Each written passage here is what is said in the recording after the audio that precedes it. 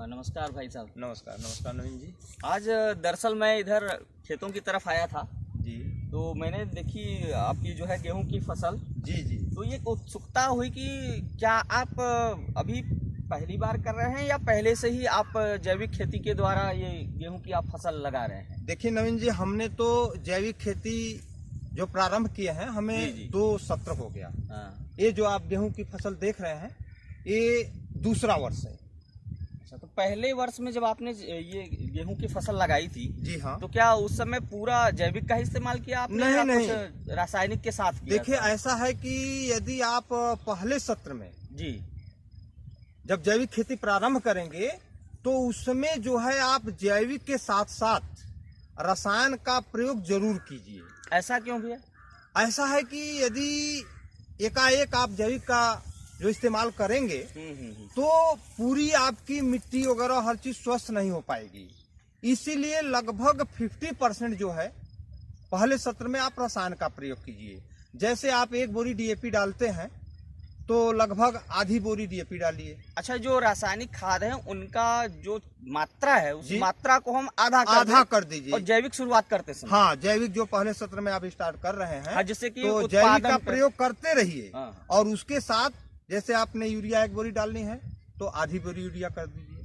Potash 1 बोरी डालनी है, आधा बोरी कर दीजिए। डीएपी आपको 1 बोरी डालनी है, आधी बोरी कर दीजिए। यानी 50% जो है मात्रा कम कर दीजिए और उसके साथ जैविक जो है करते रहिए। यानी हमारे उत्पादन उतना ही बना रहेगा। हाँ, इसलिए कि जो आप पहले सत्र में जैविक करेंगे तो आपके उत्पादन में कमी न आने पाए।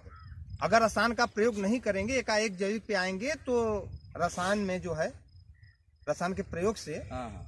आपका उत्पादन कम नहीं होगा, लगभग जो है बराबर होगा। मेंटेन हो जाएगा। अच्छा, मैं बहुत उत्सुक हूँ एक बात को लेकर के जानने के लिए कि जैविक विधि द्वारा ये जो गेहूं की खेती है, जी हाँ। तो इसका आप हमको शुरू से बताइए जिससे मैं भी अपने यहाँ गेहूं की खेती जैविक प्रक्रिया द्वारा शुरू कर जी, सकूं। तो जैसा पूरी विधि कि आप बताइए। मैंने बताया कि पहले सत्र में मैंने रसायन और जैविक दोनों प्रक्रिया से खेती की और इस सत्र में जो मैंने खेती किया हूँ जैसा कि आप देख सकते हैं, हाँ। इसमें जो है इस सत्र में दूसरे सत्र में मैंने एक भी रसायन का प्रयोग नहीं किया। यानी पूर्ण रूप से जैविक कर दिया हूँ।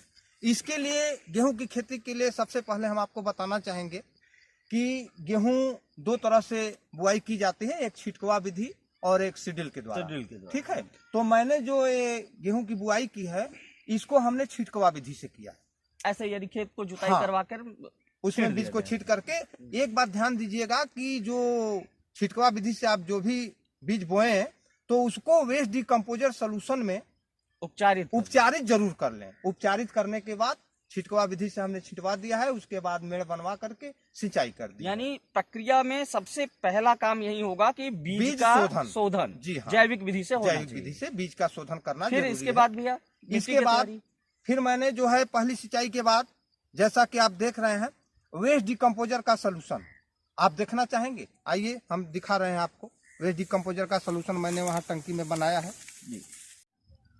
हाँ, तो भैया पहली प्रक्रिया के अंतर्गत आपने वेस्ट डिकम्पोजर का सोल्यूशन, जैसा कि आप देख रहे हैं पहली सिंचाई करते समय जी ये वेस्ट डिकम्पोजर का सोल्यूशन मैंने बनाया है। टंकी में ही पूरा बना दिया है। इसमें जो है 1000 लीटर वेस्ट डिकम्पोजर सोल्यूशन तैयार हो जाता है। इसमें 1000 लीटर पानी और 10 किलो गुड़ और वहीं 100 लीटर वेस्ट डिकम्पोजर का सोल्यूशन डाल देते हैं। तो सिंचाई करते समय इसको पानी के साथ छोड़ देते हैं। जैसे देखिए नलकूप है जी, इसको पाइप के द्वारा पानी नीचे गिरा देते हैं और ये आप देख सकते हैं इंजन का जो रिटर्निंग पानी आता है इसको जो है इसमें लगा देते हैं। ठीक है, और इसके साथ जो है नालियों के माध्यम से ये जाता रहता है, खेतों में जाता रहता है। हाँ, तो पहली बात ये हो गई। और उसके बाद आइए मैंने क्या क्या छिड़काव किया है उसको आपको हम दिखाना चाहेंगे। ये तो मिट्टी की तैयारी और बीज शोधन तक बात हो गई। तो जैसा आप देख रहे हैं ये है जैविक पोटाश। अच्छा, जैविक पोटाश और बनाने की विधि आपकी आई थी वीडियो हाँ, पे। जैविक पोटाश अनेक प्रकार की वनस्पतियों के द्वारा हमने कीटनाशक बनाया है और ये सूक्ष्म तत्व माइक्रोन्यूट्रिएंट सूक्ष्म तत्व का यानी कि बाद में हमको छिड़काव करना है पोषक के लिए। जी हाँ, बता रहे हैं। उसके बाद जो है हार्मोन्स, जिब्रेलिक एसिड। अच्छा, हार्मोन्स वही उपले वाला? हाँ, उपले वाला। और इसके बाद देखिए मिनरल, पत्थर के टुकड़ों द्वारा तैयार किया गया मिनरल।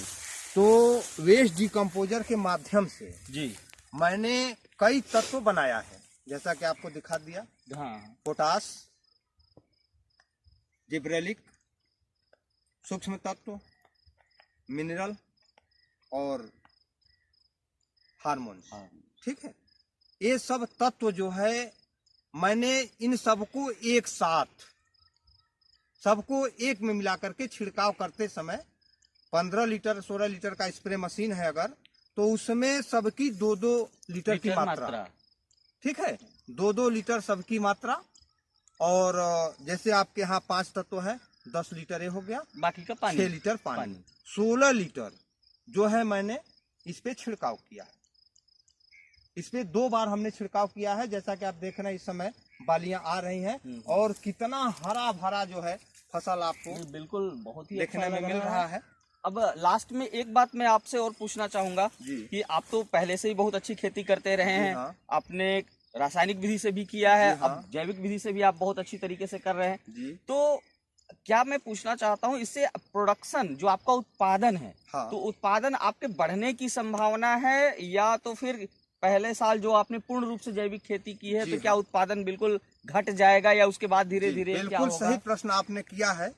इसीलिए पहले सत्र में जो मैं जैविक प्रारंभ किया था तो हमें ये महसूस हो रहा था कि कहीं हमारी उत्पादन घट न जाए। इसीलिए पहले सत्र में मैंने रसायन के साथ जैविक खेती किया और दूसरे सत्र में मैंने रसायन बिल्कुल बंद करके जैविक खेती करना प्रारंभ किया। और अब हम समझते हैं कि इसके माध्यम से जो मैं जैविक कर रहा हूं,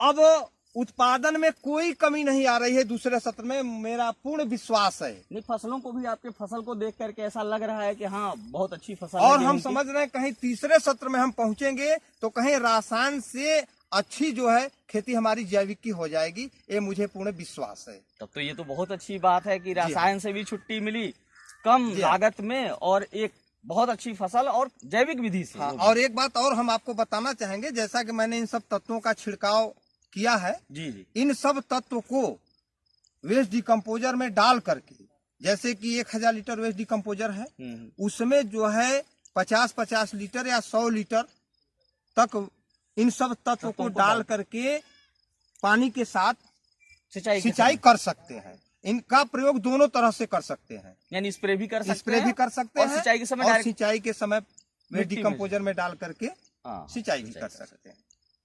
बहुत अच्छी जानकारी दी भैया आपने, बहुत बहुत धन्यवाद। हम चाहेंगे कि हमारे YouTube चैनल पे बहुत से किसान भाई जैविक खेती योगेंद्र कुमार सिंह का वीडियो देख रहे हैं, तो उन किसान भाइयों से हम आग्रह करते हैं कि यदि जैविक खेती जो आप गेहूं की देख रहे हैं, अगर आपको अच्छी जानकारी मिली हो तो आप वीडियो को लाइक कर दीजिएगा। और जो हमारे किसान भाई हमारे चैनल से अभी नहीं जुड़े हैं, सब्सक्राइब करके हमारे चैनल से जुड़े और बेल आइकन कर दें, ताकि जो भी मैं वीडियो भेजी आप तक उसकी तत्काल जानकारी हो सके। नमस्कार।